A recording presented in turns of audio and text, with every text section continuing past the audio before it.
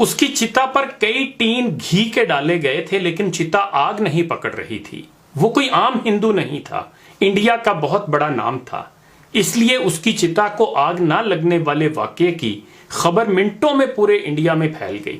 لوگ جوک تر جوک شمشان گھاٹ پہنچنے لگے۔ اس کی جامع مسجد دلی کے امام بخاری سے بہت دوستی تھی۔ امام صاحب بھی یہ واقعہ سن کر فوراً شمشان گھاٹ پہنچے۔ انہوں نے اس کے لواحقین کو سمجھایا کہ اس کی ارتھی کو آگ نہیں لگے گی، چاہے پورے ہندوستان کا گھی اس پر ڈال دو، بہتر یہی ہے اسے دفنا دو۔ لہذا پہلی بار ایک ہندو کو جلائے بغیر شمشان گھاٹ کے اندر ہی دفن کرنا پڑا۔ اس کی ارتھی کو آگ کیوں نہیں لگ رہی تھی؟ اس لیے کہ وہ ساری عمر قرآن کا احترام کرتا رہا تھا۔ کیسے؟ چلیے تاریخ کے صفحوں کو پلٹتے ہیں۔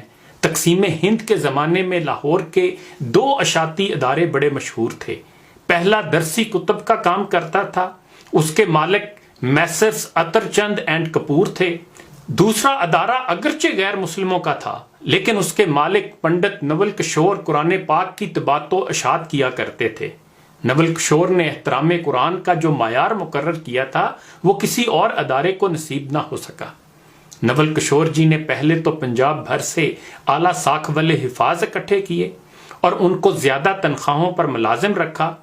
احترام قرآن کا یہ عالم تھا کہ جہاں قرآن پاک کی جلد بندی ہوتی تھی وہاں کسی شخص کو خود نول کشور جی سمیت جوتوں کے ساتھ داخل ہونے کی اجازت نہیں تھی۔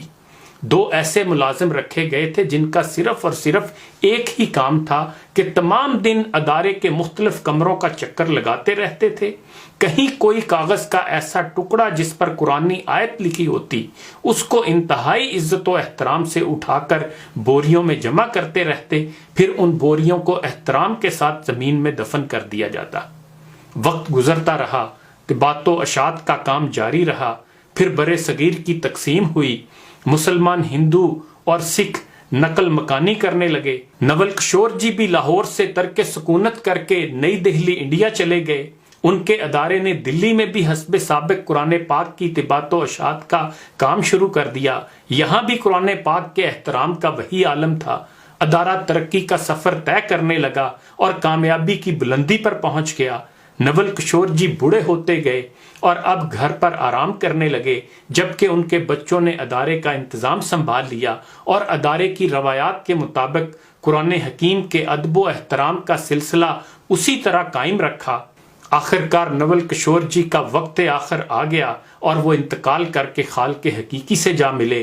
ان کی وفات پر ملک کے طول و عرض سے ان کے احباب ان کے ہاں پہنچے۔ ایک بہت بڑی تعداد میں لوگ ان کے کریا کرم میں شریک ہونے کے لیے شمشان گھاٹ پہنچے۔ ان کی ارتھی کو چتا پر رکھا گیا، چتا پر گھی ڈال کر آگ لگائی جانے لگی تو ایک انتہائی حیرت انگیز واقعہ ہوا۔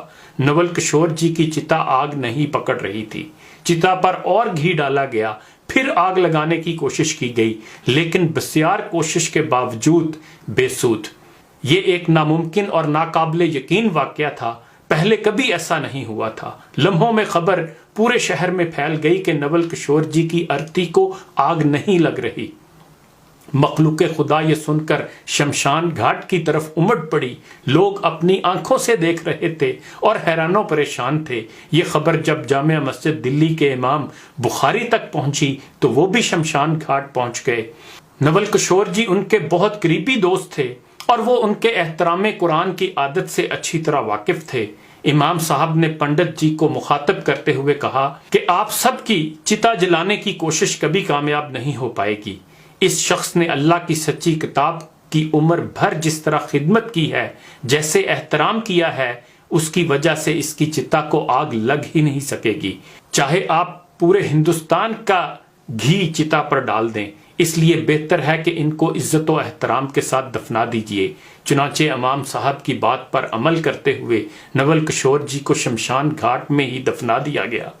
یہ تاریخ کا پہلا واقعہ تھا کہ کسی ہندو کی چتا کو آگ نہ لگنے کی وجہ سے شمشان گھاٹ میں ہی دفنا دیا گیا۔ یہ واقعہ پڑھ کر میں سوچ رہا تھا کہ جن کے لیے یہ عظیم کتاب اتاری گئی ہے وہ تو اس کو چھوڑے بیٹھے ہیں، یا زیادہ سے زیادہ دم کرنے کے لیے پڑھتے ہیں، حالانکہ یہ صرف دم کرنے کے لیے نہیں بلکہ سمجھنے اور اس